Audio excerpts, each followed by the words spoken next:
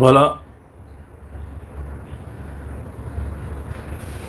Bonjour à tous. Encore une fois, vous qui nous retrouvez dans la deuxième partie, nous sommes ensemble, chers amis, pour une dizaine de minutes. Comme d'habitude, la bataille de Bukavu est lancée. La bataille de Bukavu parce que les hommes de Kagame sont en sous-effectif. Ils viennent d'arrêter beaucoup de jeunes du côté de Mugunga, Sake, du côté de la ville de Goma, parce que là-bas, il y a beaucoup de gens. Ils ont pris tous ces jeunes gens, à peu près 3000 jeunes, ils les ont amenés précipitamment à la formation parce que l'offensive est lancée dans les deux Kivu à la fois. Les hommes d'Éric Prince ne se battent pas sur le sol. Ce sont les forces loyalistes, les FARDC, les Wazalendo qui sont au four et au moulin. Mais les hommes d'Éric Prince apportent un soutien tactique et stratégique. C'est-à-dire les équipements sophistiqués que notre armée utilise pour mettre en débandade l'armée de Kagame, ce sont ces gens-là qui sont des instructeurs. Ce ne sont pas des mercenaires, ce sont des instructeurs, des consultants qui sont venus aider un gouvernement. Et en ce moment où nous sommes en train de parler, la situation est très grave. La population de Nzibira, beaucoup ont déjà fui, ils ont abandonné. Vous savez, quand les M23, l'armée rwandaise, prend un coin, généralement, ils viennent avec leurs hommes, ils viennent avec des étrangers. Ce sont eux qui restent là-bas. Ce sont eux qui le laissent dans les coins parce qu'ils veulent peupler l'Est. Ils veulent peupler nos territoires. Ils veulent nous prendre en étau. Ce qui se passe a commencé depuis 2003 avec Laurent Kunda. L'objectif, c'était de conquérir tout l'Est du Congo et installer les Rwandais. Mais cette opération n'a pas abouti. Aujourd'hui, nous sommes dans la même logique où on vous dit qu'on a tué tout un village. On a amené, des camions sont venus avec des familles au Rwanda qui sont venus s'installer en RDC. Kagame est en train de lutter avec sa vie. Il fait semblant, il revient, il repart, il est malade, il revient, il est rentré. Donc son médecin a fait le constat. On lui a recommandé des choses. S'il n'observe pas, en tout cas, je ne sais pas si il pourra continuer à diriger le Rwanda. Vous savez, ce niveau de responsabilité, il y a beaucoup de choses qu'il faut éviter. On peut vous donner juste une nouvelle. Ça vous perturbe, ça vous terrasse et vous êtes fini. Donc, si au Rwanda, parce qu'aujourd'hui, il n'y a pas de l'eau, il n'y a pas d'électricité, il y a pénurie de toutes ces histoires. Il n'y a pas de carburant, donc les stations sont vides. Vous avez, il y a autant de problèmes. Il y a eu des examens au Rwanda, je ne sais pas, des examens d'État ou quelque chose comme ça, où les finalistes, celui qui est sorti lauréat, c'est une fille Hutu. La deuxième, c'était une fille Tutsi, pour toute la République du Rwanda. Les autorités rwandaises ont préféré prendre celle qui était deuxième, qui était Tutsi, pour la faire passer à la télévision nationale, et l'autre qui était Hutu, la mettre un peu en écart, ne pas montrer son visage. Cette image a fait le tour du Rwanda. Un scandale. Vous ne pouvez pas arriver jusqu'à ce point. On sait que vous avez dominé pendant 30 ans. Vous avez fait tout ce que vous vouliez sur les Rwandais. Vous avez dominé comme vous vouliez. Mais arriver jusqu'à utiliser les méthodes de l'apartheid.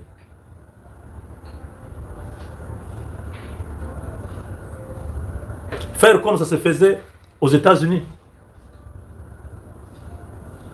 Ou quand un bus arrive, c'est les blancs qui doivent entrer, les noirs n'ont pas le droit. Vous imaginez les autorités rwandaises. J'avais vu la vidéo hier, mais je n'avais pas bien compris le contexte. Je ne sais pas si je peux... je ne sais pas si je peux retrouver cette vidéo. C'était hier que j'avais vu, je ne sais même plus où est-ce que j'avais vu ça. Où il y a eu cette discrimination entre un enfant qui était sorti premier et l'autre qui était sorti deuxième. On a laissé la deuxième prendre les podiums, la première place, et celle qui était deuxième se retrouvait un peu à l'écart là. C'était... non, je ne pense pas que c'est ça. Non, je ne crois pas. Donc, c'était un scandale au Rwanda et ça continue. La population est dans une colère énorme pour dire, mais finalement, ces histoires, nous on pensait que c'était seulement politique. Même les enfants, l'éducation, vous faites des choses comme ça? C'est quelle image on laisse d'un Rwanda fragmenté en deux, d'un Rwanda où on favorise les minimums au lieu du maximum. Je ne retrouve pas la vidéo.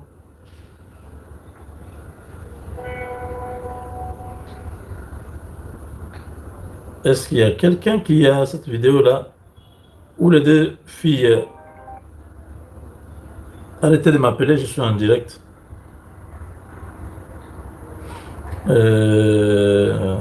Donc,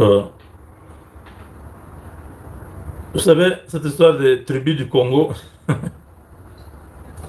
les Rwandais sont allés aussi chercher, ils sont sortis aussi avec un truc du genre, les Banyamulenge étaient au Congo, ce sont des tribus, les 450 tribus, il y avait les Banyamulenge.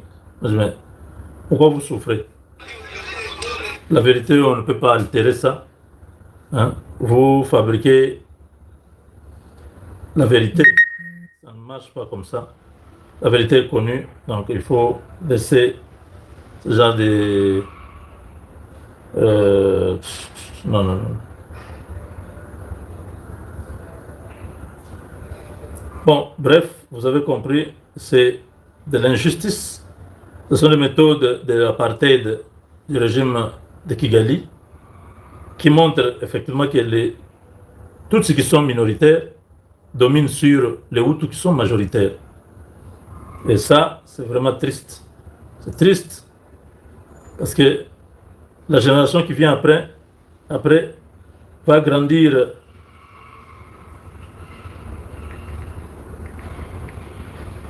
avec ces mauvais souvenirs, hein,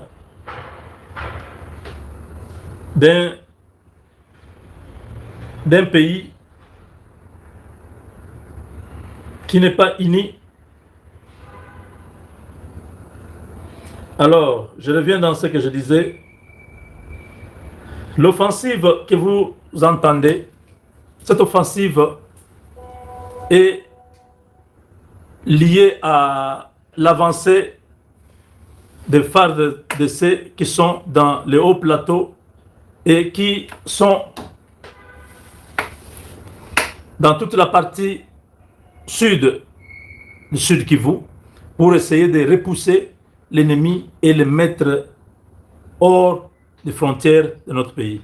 Le Rwanda avait fait entrer beaucoup de militaires du côté de Kamanyola et ils étaient en train de se préparer pour lancer une offensive généralisée. Je vous ai dit que Kagame était à l'étranger. Quand il est rentré, il a eu un contact avec Macron. Il pensait que Macron allait l'aider à envoyer encore tous ces équipements-là qui nous ont compliqué la tâche dans les hauts plateaux pour aller vers Baraka et aller à Kalemi. Macron s'est montré réticent et ça a bloqué la machine. Kagame a pété les plombs, il a rechuté, il a fait cette malaise-là, on l'a ramené en Europe voir son médecin. Donc, les fiascos-là, la France n'est plus là-bas pour aider Kagame avec ses hommes à avoir la supériorité sur nous. Kagame seul n'est rien. Moins d'une semaine, il sera complètement battu au sud et au nord Kivu. Mais c'est la France, c'est les services de renseignement français qui ont beaucoup aidé cet homme à faire tout ce qu'il a fait jusque-là. Donc, si vous voyez maintenant la montée en puissance des FARDC, les Wazalendo, les Burundais, c'est dû au fait que Kagame n'a plus le soutien de ses partenaires. Et c'est le moment de frapper dur. C'est le moment d'attaquer jusqu'au bout. C'est le moment d'en finir avec ces messieurs. Ce qui m'a toujours fait mal, c'est l'attitude de Kinshasa, l'état-major de notre armée, que nous avons décrié, nous avons dénoncé, nous avons demandé le départ. Mais le président jusqu'à aujourd'hui n'a pas encore permis. Donc, ce qui se passe, c'est que nous n'allons pas continuer à attendre que cet état-major puisse agir comme un bon père de famille. Alors, il faut que le peuple puisse continuer la pression. Au moment où nous avons l'avantage, au lieu que cet état-major général puisse mettre tous les moyens pour que nous puissions en finir avec ces imbéciles venus du Rwanda, non. L'état-major général s'est dit, si nous mettons fin à la guerre aujourd'hui, donc nous n'allons plus manger. Vous comprenez? C'est ça la préoccupation de ces gens. Parce que chaque fois qu'il y a pression, on prend une ville, on fait un mouvement, nous on commence à crier, on commence à parler, eux ont la possibilité d'aller voir le président pour dire, ah voilà, il faut que l'argent sorte, il faut que l'argent puisse être disponible parce que sinon, nous allons perdre. Vous voyez l'axe là, dès qu'on prend ça, Kalemi sera exposé, tel Kindu sera exposé, il traumatise le président et le président est obligé de céder, l'argent sort. Il se dit, si nous mettons fin à cette guerre maintenant, nous n'allons plus manger. Vous voyez là où il y a les problèmes? C'est ça la réalité. Et le président connaît déjà ces problèmes-là. Il sait que ces gens sont en train de tirer en longueur cette guerre qui pouvait se terminer parce que numériquement nous sommes nombreux. Le Rwanda a 33 000 soldats. Admettez qu'ils sont nombreux. Admettons qu'ils sont 100 000. Ils ont quel budget?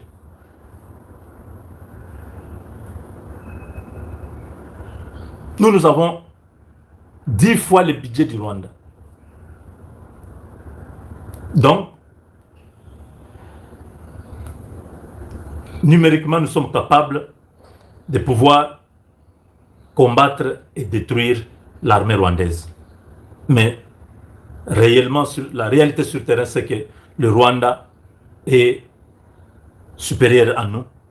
Ils viennent avec des drones, ils nous battent, nous fouillons. Nos militaires commencent à faire des vidéos, nos militaires se plaignent. Ces histoires-là, nous sommes fatigués. Chaque fois que nous voyons ça, les gens se disent, mais finalement, c'est quoi cette affaire? Le Rwanda est capable d'avoir des drones, nous n'avons pas. Le Rwanda est capable de faire fuir nos militaires, nous, on est en train de faire des replis stratégiques depuis Bunagana jusqu'à vers Baraka, là où nous sommes maintenant. Qu'est-ce qui se passe? Donc maintenant, la position que nous avons, c'est une position avantageuse. Il faut que nous soyons dans les maximums pour ne pas laisser le minimum. Le maximum, c'est ce que nous demandons. Que notre armée soit dans les maximums. Qui donne les meilleurs. Que toutes les autorités de l'armée profitent de cette occasion pour faire mal à l'armée rwandaise qui est en difficulté ils n'ont pas de moyens de transport parce qu'il n'y a pas du carburant pour faire tourner les véhicules, aller à gauche, à droite. Ils ont eu un peu de soutien de l'Ouganda, mais l'Ouganda a peur maintenant que si les États-Unis apprenaient, ça peut mal tourner. Vous savez, les sanctions qui sont sur le Rwanda, si les Américains tombent sur l'information que le fils de Museveni est en train d'aider ces gens, alors là, ça va être très compliqué. Donc, j'aimerais vraiment vous dire ici que même l'Ouganda, qui est en hypocrisie avec nous, a peur. Il a peur que ça tourne mal. Quand ça va tourner mal, ça va être fini pour Kagame, pour Museveni. Donc, je pense que nous avons l'avantage. Jusqu'au matin, nous saurons à quel niveau nos vaillants léopards se trouvent avec les Wazalendo qui sont en train d'avancer pour libérer Bukavu. Nous voulons vraiment que nous puissions nous concentrer. Si Bukavu est totalement récupéré, je crois que le Congo sera soulagé à moitié.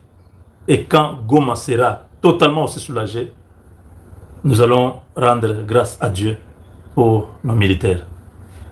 Je pense que pour ce sujet, Eric Prince joue un grand rôle sur le plan des orientations, parce que vous savez, la guerre actuelle, c'est une guerre où on doit savoir où est-ce qu'on va, l'ennemi est à quelle distance, l'ennemi à quel équipement. Eric Prince, avec ses hommes, nous apporte cette assistance stratégique et technique sur terrain. L'avantage que tu vois, ou l'avantage que tout le monde constate, nous avons des messages qui nous viennent du Sud Kivu, c'est ce que les Burundais sont sérieux, les Wazalendo sont sérieux, notre FARDC, les hommes qui sont là-bas sont sérieux, mais il y a un certain niveau de la hiérarchie militaire là où certaines choses ne sont pas normales. Et Eric Prince est venu pour, en tout cas, aider. Je crois que nous sommes dans les bons. Restons forts, concentrés et surtout vigilants pour que l'ennemi ne puisse. Comme vous le savez, nous avons hier annoncé ce concept de minimum et maximum. Donc, même dans les informations, nous voulons faire en sorte que nous soyons dans les maximums, que vous puissiez avoir l'information qui est proche de la réalité. Nous ne voulons pas spéculer. Nous avons un objectif, c'est que le peuple congolais soit bien informé. Alors, sur les lignes de front, dans le sud Kivu, les forces de défense de notre pays, qu'on appelle les FARDC, les Ibu et les autres forces spéciales, nos Wazalendo. The Trump administration's immigration crackdown has swept up the father. Voici les 10 évasions de prison les plus folles de tous les temps. El Chapo a creusé un tunnel sous une prison de haute sécurité vers une maison à près d'1 mile et s'est échappé. Dans la prison la plus sûre du Mexique, Joaquín El Chapo Guzmán est enfermé dans sa cellule. Il est un peu plus de 20h50 et les caméras de surveillance le montrent marchant lentement, puis se dirigeant vers le coin douche dans l'angle de la pièce. 25 minutes plus tard, les gardes réalisent qu'El Chapo n'est pas réapparu. Ils se précipitent dans le couloir. On a les sons. Attendez, je vérifie. Je suis sûr que dans cette deuxième partie, nous avons le son.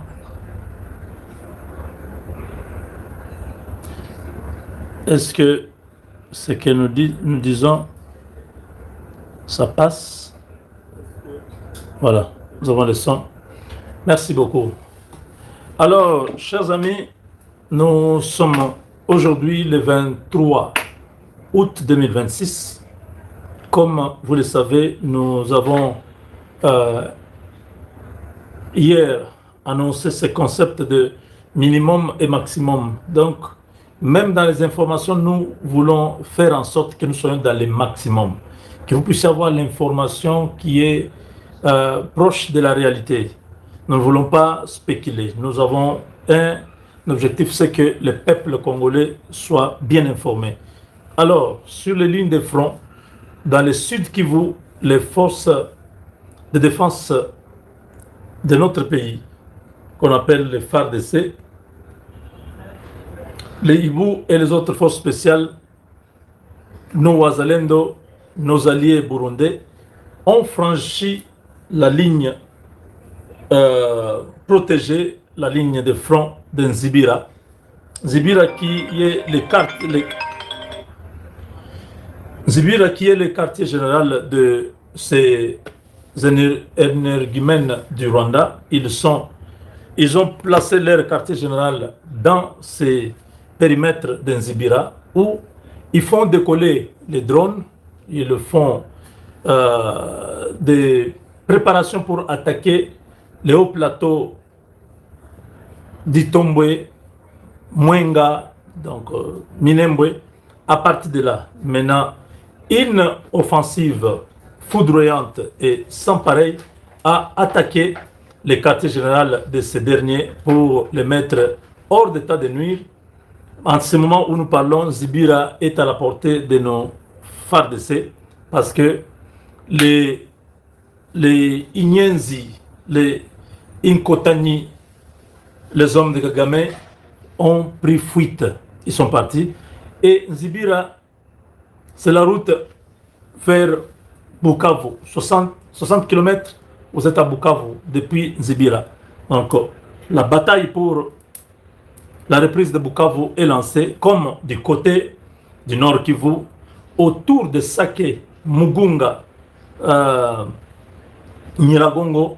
Nos hommes sont déjà perchés en train d'attendre les mots de la hiérarchie ou alors l'ordre d'attaquer la ville. Tout sera fini. Chers amis, nous devons soutenir notre armée, nos Wazalendo, les forces burundaises, parce que l'heure a sonné. Il faut payer à ces terroristes venus du Rwanda la monnaie qu'ils méritent. Il est important que nous puissions comprendre que la guerre que nous avons, c'est une guerre difficile, étant donné que nous avons encore des traîtres parmi nos militaires. Vous avez l'avantage sur l'ennemi, quelques traîtres qui ont déjà bouffé l'argent, qui étaient là, qui attendaient que ça échoue. Mais quand ils voient que ça réussit, ils se disent, on risque de nous démasquer, il faut que nous puissions tout faire pour faire tomber cette opération. Ils signalent. Et vous qui avez déjà l'avantage sur l'ennemi, vous vous retrouvez en train d'abandonner encore des positions. Donc, nous sommes en train de suivre à la lettre ce qui se passe. Comme maintenant, c'est la nuit, du côté de Goma, on a pris à Sake, à Mugunga, tous ces côtés-là, on a récupéré beaucoup de jeunes dans des camions Kamaz, une dizaine qui ont pris des jeunes par force, ils les ont amenés à Rumangabo pour une formation. Ces gens meurent tous les jours. Ils ont compris qu'ils vont placer les Congolais pour tuer les Congolais. Ils n'ont plus d'effectifs. Les Rwandais n'ont plus d'armée. Ils viennent prendre, ils prennent 5 000, 10 000 jeunes. Pendant 3 mois, ils les forment, ils les larguent au front pour que ces jeunes qui sont Congolais se battent contre les Congolais. Je vous informe qu'on vient de prendre par force beaucoup de jeunes. On les a menés vers Rumangabo. Hier, je vous ai dit que le gouverneur du Nord Kivu a annoncé que dans un mois, le drapeau rwandais va flotter à Goma et dans tous les territoires occupés par M23. L'hymne national du Rwanda sera chanté et le Kinyarwanda sera parlé comme langue autorisée. Je vais dire à ces gouverneurs et à tous ceux qui l'ont envoyé que une fois vous essayez de faire cela, la RDC va déclarer la guerre au Rwanda. Ce sera fini, il n'y aura plus rien à attendre, ni la communauté internationale, ni des négociations, ni quoi que ce soit. Nous allons demander au président de la République, à l'Assemblée nationale, au Sénat, qui sont en vacances parlementaires, de tenir un congrès où une plénière extraordinaire pour permettre à ce que le président de la République puisse déclarer la guerre au Rwanda. Ce ne sera plus une guerre qui va se battre, qui va se jouer sur le territoire congolais. Nous allons amener cette guerre au Rwanda. Et nous verrons le monde qui a toujours protégé le Rwanda venir le protéger. Parce qu'il s'agit de notre terre. Jusque-là, on a accepté Doha, et tout ça, Washington, toutes ces histoires, nous avons accepté, nous n'avons pas séché. On n'a pas fait la politique de la chaise vide. Mais si la communauté internationale laisse faire le Rwanda, chanter son hymne national sur notre territoire, monter son drapeau sur notre territoire, parler les Kinyarwanda sur notre territoire, cela voudrait dire que nous sommes en guerre avec le Rwanda. La guerre ne se passera pas au Congo, cette guerre sera directement au Rwanda. Et ça, le président de la République, Félix Tshisekedi, le sait. Il n'y aura aucun Congolais qui va l'écouter dans tout ce qu'il prendra comme décision, parce que là, ça sera sacrifier les Kivu. Les populations du Kivu sont nos frères. Nous n'allons pas permettre que le gouvernement, au nom de leurs engagements, leurs traités qu'ils respectent au monde, ils puissent fermer les yeux, laisser dire non, nous allons continuer à nous plaindre auprès de l'ONU. Ça ne passera pas. Ce sera le peuple qui va demander à ce gouvernement de déclarer la guerre à ce petit pays et en finir une fois pour toutes. Si ce n'est pas le cas, le peuple prendra ses propres dispositions. Les Ouazalènes de là, ce n'est pas le gouvernement qui avait demandé aux Ouazalènes de se battre pour cette terre-là.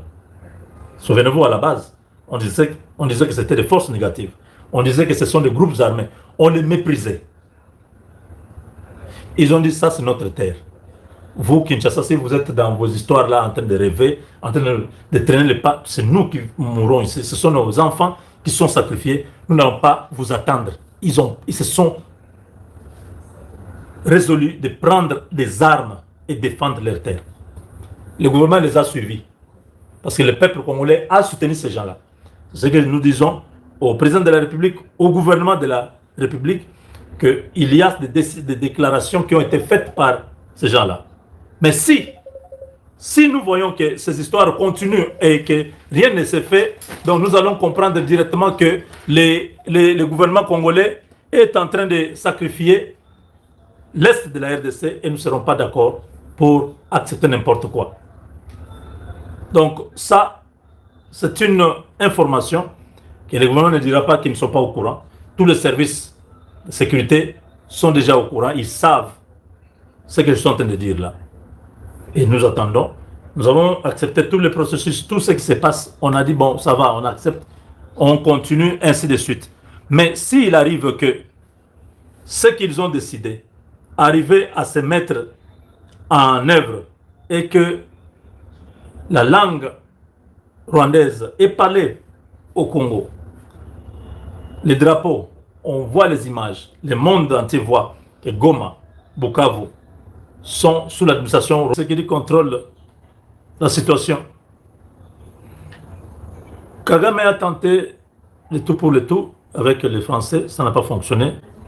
Hippolyte Kanambe a aussi forcé avec la réunion qu'ils ont eue à Kigali avec le fils de Museveni et Makenga, l'autre là, c'est Matama. Ils se sont retrouvés à Kigali pour faire un plan où ils vont faire une attaque généralisée sur plusieurs fronts. Mais malheureusement pour eux, tout ce qu'ils avaient prévu, ça n'a pas fonctionné. Vous savez que Hippolyte Kanambe est sous sanction. Sous sanction américaine, ce n'est pas facile. Hein? C'est un montant d'argent pour faire certaines choses, ça ne marche pas. Ça vous prend beaucoup d'efforts, beaucoup de circuits pour sortir de l'argent et venir agir. Alors, tout ça surveillé par les Américains. Donc, Hippolyte Kanambe ne pouvait pas accéder à son argent.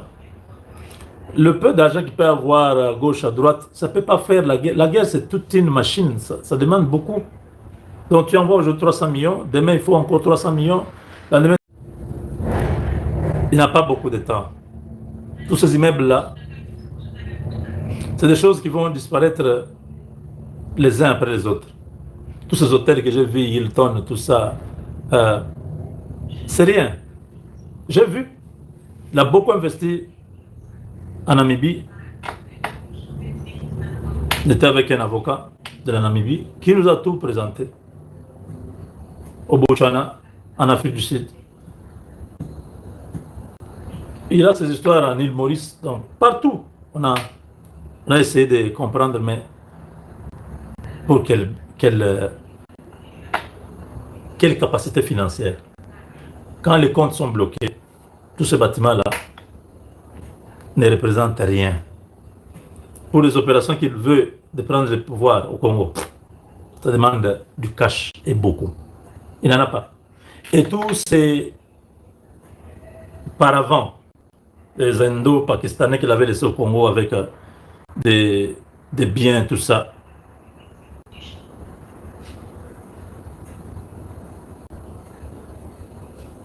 tout ce qu'il a laissé, ces gens-là ont déjà compris que le gars est sous sanction américaine, le gars est condamné par le gouvernement congolais, le gars est en disgrâce, sa guerre à l'Est ne fonctionne pas. Les Indo-Pakistanais à Kinshasa savent, les Libanais savent. Ils ont son argent, ils ont construit des immeubles au Congo.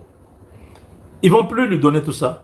Le gouvernement congolais va arracher progressivement. La DGI va mettre des impôts compliqués sur tous ces immeubles. Ils vont finir par lâcher, ils vont collaborer avec la justice et ça sera fini. Vous voyez? Donc quand il pensait qu'il a 36 milliards, je ne sais pas comment il le croyait, à moins qu'il ait enterré l'argent, oui, où il dit à ce gars, allez telle place, ouvrez la mallette là, envoyez-moi autant. Pour combien de temps? Pour combien de temps? Donc, Katumbi s'est rendu compte.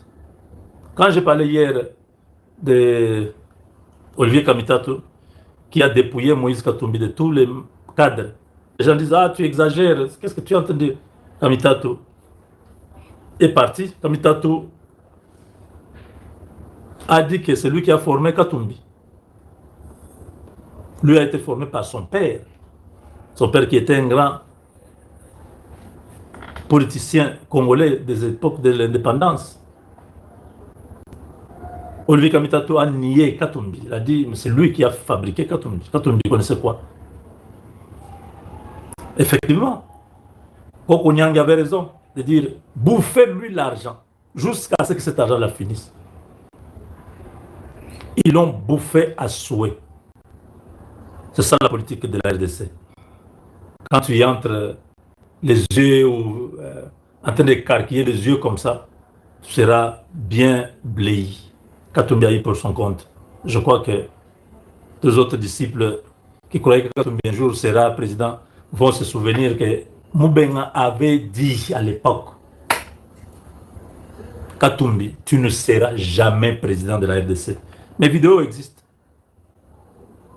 Je ne sais pas s'il y a des fidèles de cette chaîne de Congo Etano. Ils peuvent vous témoigner ici en direct. Pour dire, Moubenga a toujours dit ça. J'ai dit à Katumbi, je crois en 2017, 2019, même 2023, j'ai dit, Moïse Katumbi, toi jamais au Congo, président, il faut oublier. Si tu ne veux pas continuer ton commerce, oublier la politique, tu ne vas jamais devenir président de la RDC. Voilà où sommes-nous aujourd'hui. Je l'ai dit. Je suis enfant de Dieu. Ma parole. Il y a quelqu'un. Ouais. Donc, il y a des gens ici. Les anciens se rappellent. You are right, my brother. Oui. Je le disais chaque fois. J'ai dit à ces messieurs, je dis, mais rentrez faire le business. En politique, tu perds ton temps, tu ne seras jamais président. Certains de ces acolytes étaient contents. Ils se disaient, Katumbi a des entrées aux États-Unis et il va devenir président. Je dis, mais si Katumbi devient président, alors c'est que nous tous, nous allons tout faire pour postuler. Parce qu'on ne pourra jamais permettre à un étranger, après Hippolyte Kanambe, alias Kabila, on ne va jamais permettre à une autre personne. That's good. You told us several times. Yeah. Celui-ci dit, tu nous as dit ça plusieurs fois. Je le disais, sans rancune, sans haine, mais poussé par la parole prophétique, j'ai dit, Hippolyte Kanambe va errer dans le monde. Mais au Congo, il ne sera plus là. C'est fini. Vous vous souvenez du rêve de Moïkano, là où il était chauffeur de 18 roues. J'ai dit, Hippolyte Kanambe, c'est fini. Vous ne le verrez plus jamais. Il est mort. La mort que j'ai vue peut être politique, physique ou spirituelle. Aujourd'hui, je vous ai dit que l'homme ne sera plus au Congo, il va quitter. Les Roubaix, tout le monde, j'ai vu tout le monde en train de partir, ils ont disparu. Je l'avais dit. Les gens croyaient, non, voilà, Nanga, ils vont arriver à Kinshasa, et Kabila va revenir. Est-ce que vous croyez en Dieu? Est-ce qu'il y a quelqu'un qui peut croire en Dieu? Parce que toutes ces choses, je vous l'avais déjà annoncé. Voilà, je vous ai dit que j'ai vu Kagame isolé, seul, abandonné par tout le monde. Il était en train de se cacher. Il cherchait où se cacher. Le soir, je le regarde comment.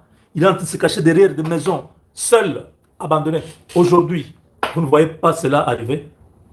Kagame est encore avec les Américains. Il est encore avec les Français. Il est encore avec tout le monde l'a abandonné. Vous n'avez pas vu ça? Je l'ai vu le soir. Est-ce que vous ne voyez pas que le soir de Kagame est arrivé? Vous pensez que Kagame est au matin? Son matin, c'était en 1994. C'était le matin de Kagame.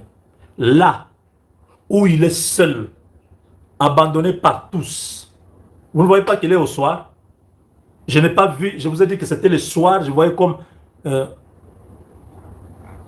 c'est quand la lumière commence à diminuer, en train de disparaître. Mais vous pouvez continuer à voir quelqu'un. Je ne vous ai pas dit ça. Maintenant, là, le pouvoir de Kagame est où? Le pouvoir est à 12h ou à 15h? Ou c'est déjà le soir? Tout ce que Kagame fait, est-ce que ça fonctionne? Sa propre vie, sa santé, vous ne voyez pas qu'il est fini? Sa femme est en train de préparer, faire un coup d'État.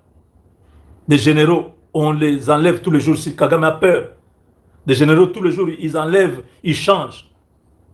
Kagame a quitté sa résidence. Il est maintenant à une autre résidence. Même à cette résidence, il ne dort pas là-bas. La nuit, il prend une petite escorte. Il sort, il va dormir, je ne sais pas où. Il est debout toute la nuit, chez des anciens amis, chez des gens inconnus. Au matin, il rentre dormir. Vous ne voyez pas que je vous avais dit toutes ces choses? Notre Dieu ne ment pas.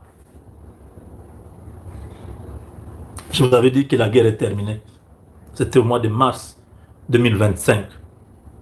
Les gens ont dit, mais tu es en train de rêver, Nanga va arriver à Kinshasa. J'ai dit, j'ai vu. Dieu m'a parlé, cette guerre est terminée. Vous voyez là où Nanga se trouve? Maintenant, là, le gouverneur commence à dire, d'ici un mois, il y aura l'hymne national du Rwanda, le drapeau du Rwanda et la langue rwandaise.